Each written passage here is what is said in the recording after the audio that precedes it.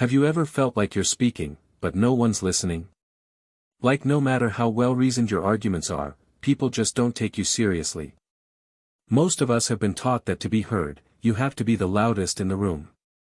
But the truth is, true influence isn't about the volume of your voice, it's about the precision of your words.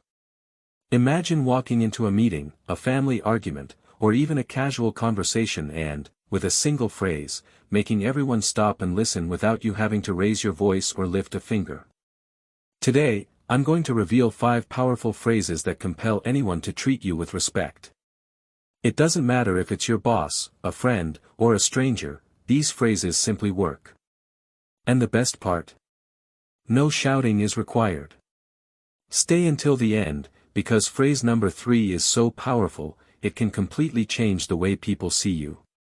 When you use it correctly, even your harshest critics will fall silent. The wisdom of the Stoics. The Stoic philosopher Epictetus said, "It's not what happens to you, but how you respond to it that matters." In the art of earning respect, this means one thing very clearly: you don't need to react with anger or a raised voice. Instead, you can respond with firmness and serenity. The Stoics understood that the right words are like arrows, small, but capable of piercing any barrier. Think about it. From ancient Rome to today, the people who leave a mark aren't the ones who shout the loudest, but those who speak with calm conviction and moral authority. Marcus Aurelius, an emperor and philosopher, led an entire empire without losing his composure because he knew that true respect is born from clarity and self-control. In modern life, it's no different. In a work meeting, a disagreement with your partner, or when facing a stranger, your tone can be calm, but if your words are the right ones, people will listen. And that's exactly what you're about to learn now. The 5 phrases that, when said at the right moment, make anyone see you in a different light. Phrase 1, "I understand your point, but I disagree." This phrase is simple yet incredibly powerful. It shows that you've listened and that you value the other person's opinion, but your position remains firm. You aren't attacking their idea or getting defensive. You remain in control. Picture this scene: you're in a meeting, and someone proposes an idea that you know won't work. Instead of saying, "That's wrong," or staying silent, you look at the person and calmly say, "I understand your point, but I disagree." In that moment, you establish a clear boundary and show that you think for yourself. In Stoicism, this is called separating emotion from judgment. You don't need to prove you're smarter, you just need to make it clear that your judgment is independent. The magic of this phrase is that it avoids direct confrontation but leaves an imprint of respect in the mind of the person who hears it. Phrase 2, "I don't find that appropriate." This phrase shuts down disrespectful behavior without needing a long explanation. It's direct, firm, and difficult to argue with. When you use it, you make it clear that there are lines you aren't willing to cross. Imagine that in the middle of a conversation, someone makes an offensive comment or a bad joke. Instead of laughing along or staying silent, you look them in the eye and say, "I don't find that appropriate." That simple phrase forces the other person to reconsider their attitude because it shows you're not willing to validate something you consider wrong. The Stoics believe that personal dignity is an invisible shield. Seneca said that, "He who respects himself will be respected by others." And this phrase, used with serenity, is a direct way to show that you respect yourself without getting into an argument. Phrase 3, "Let's talk when we can do so respectfully." This phrase not only stops a toxic conversation but also shifts control of the situation in your favor. You aren't running away, you're setting the rules for the dialogue. Imagine someone is speaking to you aggressively, interrupting you, or raising their voice. Instead of matching their tone, you take a breath, stay calm, and say, "Let's talk when we can do so respectfully." In that instant, the dynamic changes. The other person is forced to reconsider their behavior because you've made it clear that you won't accept an interaction based on disrespect. In Stoic terms, this is pure self-mastery. Epictetus taught that you can't control the actions of others, but you can control your response. Here, your response not only protects your peace but also teaches the other person how they should treat you. The impact of this phrase is so significant that the first time you use it, you'll notice an immediate silence and, curiously, more attention to your words. Phrase 4. I'd prefer not to continue this conversation. This phrase is like locking a door. It conveys that you've decided not to invest any more energy in something that adds no value. It's not about running away, it's about choosing where to focus your attention. Imagine you're arguing with someone who is only trying to provoke you or win out of pride. You can feel the conversation getting tangled and leading nowhere. At that moment, you look at them calmly and say, I prefer not to continue this conversation. With those words, you regain control, end the tension, and demonstrate that your peace is worth more than having the last word. Marcus Aurelius wrote, "The best revenge is to be unlike him who performed the injury."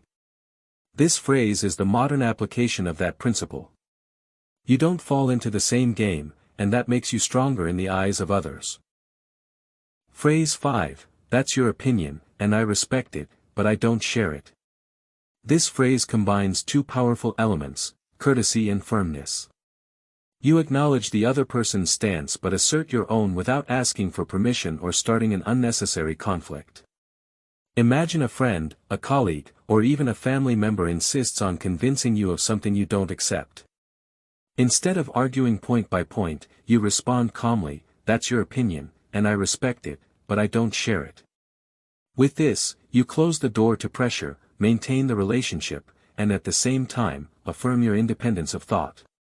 Seneca said that, being a slave to the opinions of others is the worst of prisons.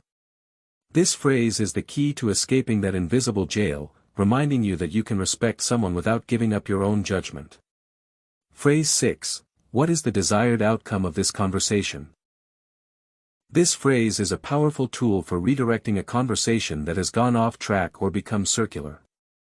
Instead of getting caught up in a debate, you bring the focus back to the purpose of the discussion.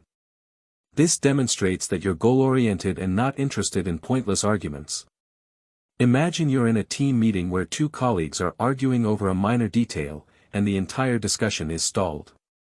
The tension is high, and no one is making progress. You can intervene calmly and ask, what is the desired outcome of this conversation? This simple question forces everyone to pause, consider their goals, and shift their focus from the conflict to a solution. In Stoic philosophy, this aligns with the principle of focusing on what you can control. You can't control the emotions of others, but you can control the direction of the dialogue. By asking this question, you take control of the conversation, making it productive and demonstrating your leadership and maturity. Phrase 7, I will consider that. This phrase is a calm and respectful way to acknowledge someone's opinion without immediately agreeing or disagreeing. It buys you time to think and shows that you value their input, even if you ultimately decide not to act on it. This phrase is a shield against pressure and a demonstration of your independence. Picture this, your boss suggests a new project idea that you have serious doubts about. Instead of saying, that won't work, and creating immediate conflict, you can respond with, I will consider that. This gives you space to evaluate the idea, gather more information, and formulate a thoughtful response. It shows that you are not reactive but deliberate. This aligns with the Stoic idea of taking a pause before you react. Marcus Aurelius wrote about the importance of not being swayed by initial impressions but instead taking time to reflect and form a sound judgment. Using this phrase shows that you have the self-control to think before you speak, which earns you respect. Phrase 8, I have a different perspective. When you're faced with a strong, definitive statement that you disagree with, this phrase offers a polite but firm way to introduce your own point of view. It's less confrontational than, I disagree, and it signals that you're contributing to a broader discussion rather than just contradicting someone. For example, a friend tells you, everyone needs to follow this specific path to be successful. Instead of saying, you're wrong, you can calmly state, I have a different perspective on what success looks like. This opens the door for a more nuanced conversation while clearly establishing your own point of view. This phrase embodies the Stoic principle of intellectual humility. It acknowledges that others have their own experiences and beliefs, but it doesn't require you to abandon your own. By presenting your ideas as a different perspective, you invite dialogue instead of debate, which makes you a more respected and approachable communicator.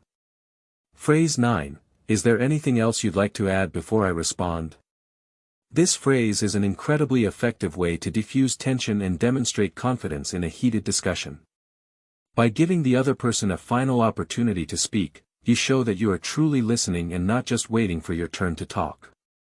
This act of courtesy often surprises people and makes them more receptive to your response. Imagine you're in an intense argument with a family member who has just finished a long, emotional rant. Instead of immediately launching into your defense, you take a breath and ask, "Is there anything else you'd like to add before I respond?" This simple act of giving them the floor shows you are in control and are not rattled by their passion. It gives you an air of calm authority. This reflects the Stoic virtue of patience and fairness. Epictetus taught that we should listen twice as much as we speak. By using this phrase, you not only embody that principle but also subtly command respect by demonstrating your self-control. Phrase 10. Thank you for sharing that with me. This phrase, especially when said calmly and sincerely, is a great way to end a difficult or unhelpful conversation gracefully. It's a non-committal response that acknowledges the other person's input without necessarily agreeing with it. It allows you to disengage without conflict, saving your energy for more productive interactions. For instance, a coworker has been complaining to you about a problem for the 10th time